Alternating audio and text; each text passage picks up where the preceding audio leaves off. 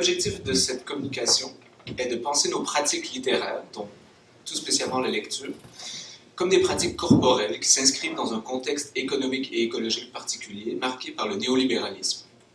Si celui-ci promeut un usage éphémère du texte, où la lecture vécue comme consommation s'accélère pour permettre une accumulation de connaissances et d'expériences, il est possible d'imaginer un rapport plus lent à la littérature qui ferait du texte un habitat, un espace habitable qui, revisité, servirait une fonction homéostatique réparatrice d'un point de vue physiologique. Pour commencer, nous voudrions mettre en parallèle des citations tirées de deux ouvrages qui visent à cerner les relations entre pouvoir, art et culture, deux ouvrages qui gagnent à être lus ensemble. Dans le plaisir du texte, Roland Barthes, formulant une théorie de la lecture libérée et créatrice de sens, évoque ainsi la nouveauté. Le nouveau n'est pas une mode, c'est une valeur, fondement de toute critique. Notre évaluation du monde dépend de l'opposition de l'ancien et du nouveau. L'érotique du nouveau a commencé dès le XVIIIe siècle, longue transformation en marche. Pour échapper à l'aliénation de la société présente, il n'y a plus que ce moyen, la fuite en avant. Tout langage ancien est immédiatement compromis et tout langage devient ancien dès qu'il est répété. Or, le langage encratique, celui qui se produit et se répand sous la protection du pouvoir, est statutairement un langage de répétition. Toutes les institutions officielles de langage sont des machines ressassantes. L'école, le sport, la publicité, l'œuvre de masse, la chanson, l'information redisent toujours la même structure, le même sens, souvent les mêmes mots. Le stéréotype est un fait politique, la figure majeure de l'idéologie. En face, le nouveau, c'est la jouissance. D'où la configuration actuelle des forces. D'un côté, un aplatissement de la masse lié à la répétition du langage, aplatissement hors jouissance mais non forcément hors plaisir, et de l'autre, un emportement marginal, excentrique, vers le nouveau. Donc, il est difficile de lire ces commentaires sans penser à la critique acerbe de l'industrie culturelle formée quelques années plus tôt par Adorno et Horkheimer dans leur dialectique de la raison de 1947. Ils écrivent « La nouveauté, c'est que les éléments... La nouveauté, c'est que les éléments irréconciliables de la culture, de l'art et de la distraction sont subordonnés et subsumés sous une fausse formule, la totalité de l'industrie culturelle. Celle-ci consiste en la répétition. Le fait que ces innovations ne soient rien d'autre que des améliorations de la reproduction de masse n'est pas à l'extérieur du système. Ce n'est pas un hasard que l'intérêt des innombrables consommateurs soit dirigé vers la technique et non les contenus obstinément répétés, usés et à moitié discrédités. Le pouvoir social idolâtré par les spectateurs se montre plus efficacement dans l'omniprésence du stéréotype, imposé par le savoir-faire technique, plus que par l'idéologie stagnante des contenus éphémères. Adorno, Horkheimer et Barthes témoignent de l'intensification d'une culture de masse qui déploie de nouveaux mythes, mais qui les impose suivant une stratégie solidement implantée, à savoir la répétition. L'industrie culturelle, comme la science, l'économie, la technologie, n'aurait donné lieu qu'à plus de domination. Elle aurait exacerbé notre situation d'aliénés. C'est pourquoi seuls les avant-gardes pour Adorno et Horkheimer et le nouveau pour Barthes peuvent nous libérer des ronronnements de l'idéologie. Mais d'après nous, la situation ainsi formulée est trop limitée et n'est au final qu'un choix forcé. On nous dit, soit nous acceptons la culture de masse répétitive et abétissante, soit nous acceptons des expressions culturelles, esthétiques, sociales, nouvelles, expérimentales et à chaque fois uniques. Or, on est en droit de se demander ce que vaut l'injonction d'innovation elle-même répétée. Comme le souligne Barthes, la modernité fait du nouveau, de l'innovation, un critère de qualité. Elle valorise ainsi les scientifiques et les artistes qui veulent rompre avec le passé et la tradition. Résultat, la nouveauté s'est consacrée en stéréotype. Ainsi, on gagnerait peut-être à interpréter cette injonction de l'innovation comme un symptôme d'une culture prisonnière de ce qu'on pourrait appeler la tradition du nouveau. Comme le souligne Barthes, l'érotique du nouveau commence à s'épanouir au XVIIIe siècle, accompagnant de fait les premiers balbutiements de l'industrialisation, la mise en place d'une société techniciste et rationaliste, démocratique, compétitive et capitaliste. Aujourd'hui, on peut considérer que la mode de la nouveauté révèle notre acceptation et notre intégration des rythmes frénétiques du capitalisme où se chevauchent extraction, production, consommation, désuétude. L'innovation et la répétition sont les deux faces d'une même pièce. L'idéologie de l'une coopte celle de l'autre. Le débat innovation-répétition est sans issue, puisque leurs discours sont superposés et intégrés. Il faut donc reformuler les termes du débat afin de mettre au jour des enjeux qui n'étaient pas nécessairement accessibles ou apparents à l'époque où écrivaient Adorno, Horkheimer et Barthes. Un de ces enjeux est de savoir comment résister à l'impératif de l'innovation conçue comme conquête et productivité matérielle, qui détruit l'équilibre écologique en imposant à la planète les rythmes de la modernité industrielle et financière, des rythmes qui épuisent autant les corps et les ressources naturelles. En s'appropriant ou en assumant cette éthique de l'innovation, le champ de la littérature a pu participer à cette accélération. Mais il est important de voir que la littérature peut également contribuer à ralentir, à apaiser notre environnement culturel et nous permettre de mieux habiter les conventions, les codes partagés. Il s'agirait donc d'envisager la littérature non pas sous l'angle utilitariste, elle nous rendrait plus intelligents, plus sociables, plus productifs, plus innovants, mais comme une manière de nous abriter, de nous reposer au sein de textes constitués en espaces habitables, de réapprendre à habiter notre petite planète. Bien que ces usages homéostatiques existent déjà, ils restent souvent sous-théorisés. Et c'est pour remédier à ce manque que nous voudrions maintenant opposer deux conceptions de la littérature, l'une travaillante et efficiente, l'autre qui valorise davantage la perte. Cette opposition en recoupe une autre, qui est plus écosystémique, celle entre le jour, moment de l'effort et de l'accomplissement, et la nuit, moment de paresse, de sommeil, de fantasme. L'enjeu dans les deux cas est économique en ce qui concerne la gestion du temps et des ressources. Il est également corporel puisqu'il concerne la manière dont nous dépensons nos ressources physiologiques et attentionnelles. On retrouve chez Henry David Thoreau plusieurs références à la littérature comme travail, effort conscient, activité économique rentable. Bien que Thoreau ait été naturaliste avant l'heure, une référence environnementaliste aujourd'hui incontournable, il est bon de le lire en se rappelant que lui et les transcendantalistes américains ont créé la figure, voire le mythe du self-made man, celui qui réussit sa vie grâce à ses propres efforts et non en raison d'une fortune financière symbolique héritée. L'homme de lettres n'échappe pas à cette logique. Dans Walden, concernant la bonne lecture, Thoreau écrit « Bien lire, c'est-à-dire lire de vrais livres dans un esprit sincère, est un exercice noble, une épreuve plus difficile que n'importe quelle activité dont nous avons coutume. Cela réclame un entraînement d'athlète, l'application d'une vie entière à cette tâche. Des livres doivent être lus de manière aussi délibérée et avec autant de réserve qu'ils ont été écrits. Cela seul est lecture dans un sens élevé, non ce qui nous berce comme un luxe et endort les facultés plus nobles, mais bien ce qui nous demande de nous tenir sur la pointe des pieds en y consacrant les heures où nous sommes les plus alertes et éveillés. » Donc pour ce grand penseur du libéralisme, la littérature vraie, lue ou écrite, est donc un travail. La littérature est fatigante, n'est pas homme de lettres qui veut. Aborder le texte littéraire nécessite une expertise. La maîtrise, l'application diurne définit la vraie lecture. Ce qui endort la conscience et la rationalité, le luxe, l'excès, le surplus, l'inutile, ce qui échappe à une logique de réinvestissement, est rejeté en faveur de l'éveil, l'état d'alerte. C'est toute une axiologie des états de conscience que Thoreau élabore ici, valorisant la lecture comme travail diurne et non comme loisir nocturne lié au repos et à l'endormissement. Il y a peut-être ici la nécessité, dans la société bourgeoise, industrieuse et protestante du 19e siècle américain, de justifier la vie d'homme de lettres par une aura de rigueur et de travail. C'est l'essentiel de la thèse bien connue de Max Weber sur l'éthique protestante et l'esprit du capitalisme.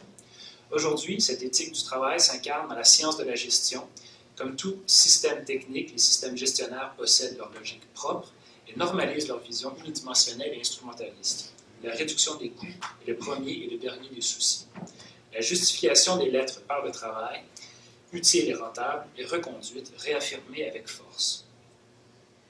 Nos appareillages critiques, les critères par lesquels nous évaluons les œuvres littéraires, révèlent les valeurs auxquelles nous choisissons de nous soumettre. Si le travail est célébré, l'abandon, la perte seront fustigés. Or, nous manquons de catégories critiques pour parler de ces œuvres qui ne demandent pas de travail, œuvres paresseuses qui nous emportent, nous absorbent, dans lesquelles nous nous immergeons. Quelle place donnons-nous aux œuvres faciles, familières, bien connues, qui permettent une relaxation profonde, frôlant le sommeil, où l'esprit s'ouvre à des images et à des sensations, à des émotions qui surgissent sans effort volontaire? Il semble pourtant que cette expérience motive une large part de lecteurs et de lectrices qui recherchent cet état physiologique, qui désirent l'affect apaisant, réparateur, homéostatique de la lecture immersive, absorbante. Celle-ci reste pourtant un plaisir coupable. Elle contrevient aux exigences de travail, d'activité intéressée, efficace et utile, qui distinguent le bon citoyen, productif, maîtrisant le texte, du parasite, improductif, dépendant du texte. D'une certaine manière, cette lecture perte de temps subit la même pression que le sommeil, tel que l'analyse Jonathan Crary. Donc, dans son essai intitulé 24/7 Terminal Capitalism and the Ends of Sleep, Jonathan Crary dénonce une mutation brutale dans les vies humaines, celle de la perpétuité de la vie active. Le repos, le sommeil, le rêve sont bannis. Le mode de vie cyclique, périodique, qui était partagé par la quasi-totalité des organismes vivants, est en péril. Ce péril provient des transformations de nos pratiques sociales et économiques qui ont une incidence sur nos corps, sur notre identité organique et plus généralement sur le monde du vivant. Avec le 24/7, nous sommes entrés dans une nouvelle ère, une nouvelle version de l'éternité, non plus réglée sur les idées ou les dieux, mais sur l'économie de marché. Alors, pour Crary, la corruption du sommeil et du corps par le travail atteint un point de non-retour avec l'expansion des techniques d'éclairage artificiel dans les usines à la fin du 18e siècle. Nous y reviendrons, mais rappelons que c'est aussi à ce moment que naît cette érotique du nouveau dont nous parlait Barthes. Au cours des 5 derniers siècles, depuis la fin du Moyen-Âge, l'histoire mondiale a connu des bouleversements sans précédent, en matière sociale, économique, mais aussi biologique. Les jalons de cette histoire incluent notamment le mercantilisme, la révolution industrielle, la mondialisation de l'économie et son informatisation actuelle. Dès les débuts de l'ère coloniale et du commerce triangulaire, on imposera des rythmes inhumains aux esclaves travaillant dans l'industrie sucrière, notamment dans les Caraïbes et au Brésil. L'industrialisation naît pour répondre à l'offre et à la demande grandissante de ressources sous le signe de l'esclavage, et cette condition originelle marque son destin. Les rythmes machiniques imposés à l'esclave seront ceux qu'on tentera ensuite d'imposer aux ouvriers, et qui aujourd'hui sont acceptés par de nombreux cadres supérieurs, notamment dans le capitalisme actionnarial et post-industriel. Conçu comme une période d'inactivité, d'inutilité, le sommeil est dans la ligne de mire du capitalisme. Parce que le sommeil ne rapporte rien, il coûte cher. Dans une perspective de saine gestion, le sommeil devra se soumettre à des critères d'efficacité et d'efficience. Ainsi, dans un grand mouvement d'encadrement et de régulation du sommeil, les humains occidentaux aujourd'hui dormiraient en moyenne 3h30 de moins par nuit qu'il y a un siècle.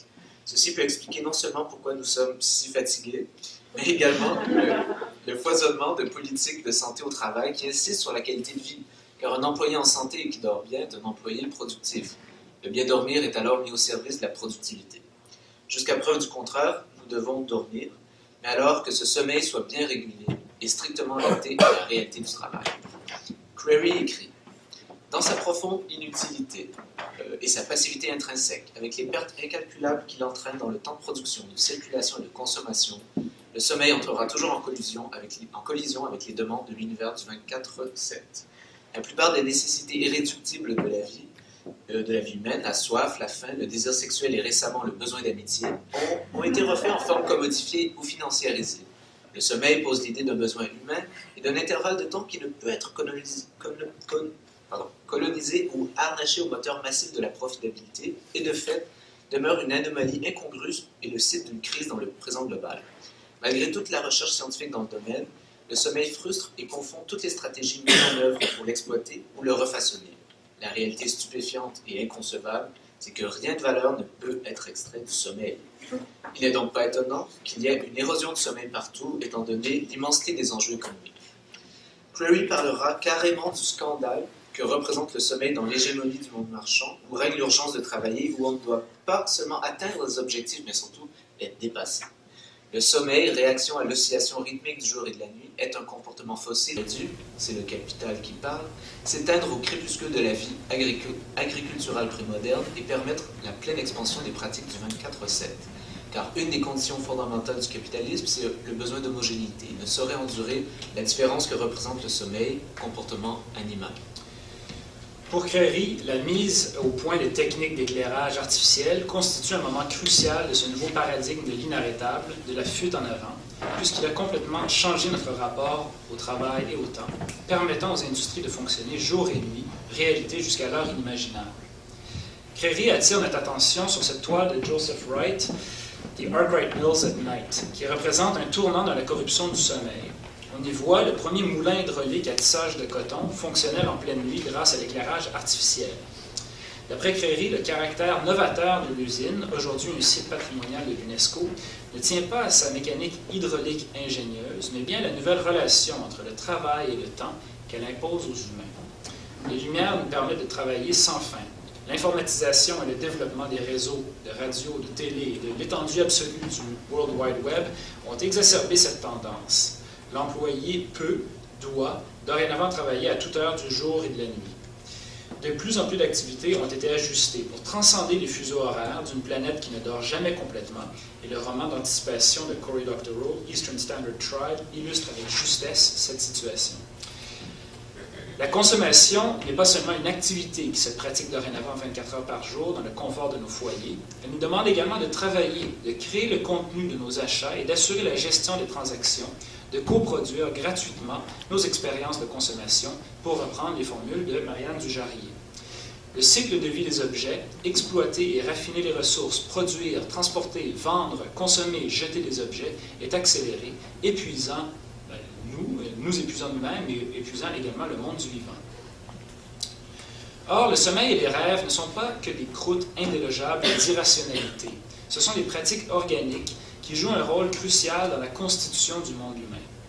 Crary rappelle en effet que le sommeil est une des rares expériences qui reste où, consciemment ou pas, nous nous abandonnons aux soins d'autrui. Aussi solitaire et privé qu'il puisse paraître, le sommeil n'est pas coupé de cet entrelac interhumain de support et de confiance mutuelle, bien que ces relations soient endommagées. C'est également un relâchement périodique de l'individuation, un effilochage nocturne des entremêlements de subjectivité superficielle que nous habitons et administrons le jour. Dans la dépersonnalisation de la somnolence, le dormeur habite un monde commun, une performance partagée, retirée de la nullité et du gaspillage calamiteux du 24/7. La lectrice absorbée fait également l'expérience de cette dépersonnalisation, ce relâchement salutaire de l'individuation. Comme l'a fait Blanchot avant lui dans un court texte intitulé « Le sommeil, la nuit », Crary insiste sur le fait que notre sommeil n'est ni une perte de temps, ni un temps anhistorique, mais plutôt une autre forme de temps, un temps partagé, indissociable de l'organisation sociale, des vicissitudes et des accomplissements de notre espèce. Crary écrit « Situé quelque part sur la frontière entre le social et le naturel, le sommeil assure la présence dans le monde des trames phasiques et cycliques qui sont essentielles à la vie et incompatibles avec le capitalisme. » Une performance conçue par Cornelia Parker et jouée par Tilda Swinton, intitulée « The Maybe », nous force justement à interroger ce rapport, ou le rapport que nous avons avec les corps ensommeillés et les soins que nous voudrons naturellement leur apporter. Si l'œuvre nous interpelle obliquement par le rêve et le fantasme, c'est d'abord parce qu'il nous confronte brutalement à un corps assoupi. Et qui n'a pas été épuisé? C'est justement dans ces moments d'épuisement et de sommeil que nous acceptons les différences des autres, que nous abandonnons la compétition vorace. Alors, quelques questions en conclusion. Ne peut-on pas mieux intégrer nos usages de la littérature à ces trames phasiques et cycliques qui sont essentielles à la vie et donc évoquées par Crary? Est-il envisageable de ralentir les rythmes de la culture pour développer une relation familière au texte, une relation habitationnelle où le corps s'abrite, se protège de la tension causée par les rythmes machiniques du capitalisme contemporain? Ainsi, ce ne serait plus par l'invention de nouveaux langages, comme chez Barthes ou Adorno et Horkheimer, que nous échapperions à la répétition aliénante des discours de pouvoir, mais en opposant aux injonctions d'innovation et d'accélération des formes d'habitation, des manières d'habiter le texte et nos corps. Merci.